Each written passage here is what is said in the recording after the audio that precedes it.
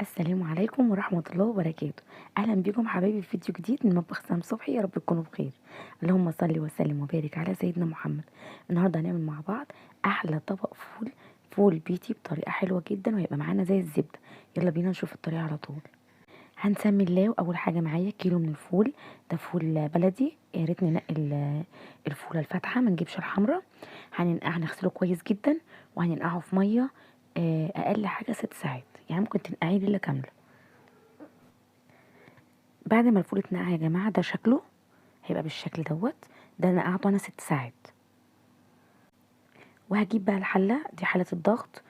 دي يا جماعه هتسوينا الفول في مده قصيره جدا. هيبقى معايا بقى جزرتين مبشورين، نص كوبايه من الرز، نص كوبايه من الفول المدشوش، نص كوبايه من العدس الاصفر، 4 معالق من الزيت، معلقه كبيره مليانه من النشا. وهيبقى معايا ليمونه، وممكن نضيف معلقه كبيره من البابريكا.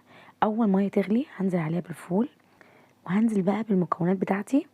الجزر، الفول والعدس والرز، كل حاجة مغسولة كويس جدا.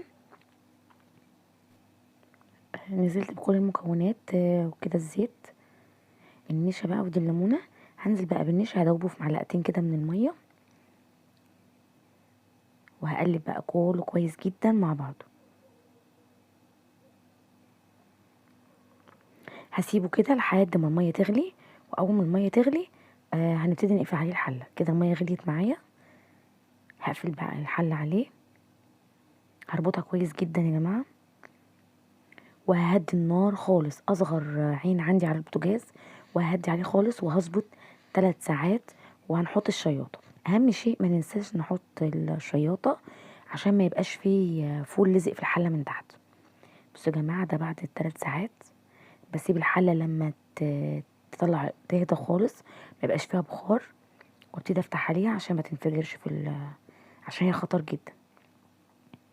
ده منظر الفول. يا رب اكون افدتكم، يكون الفيديو عجبكم. سلام.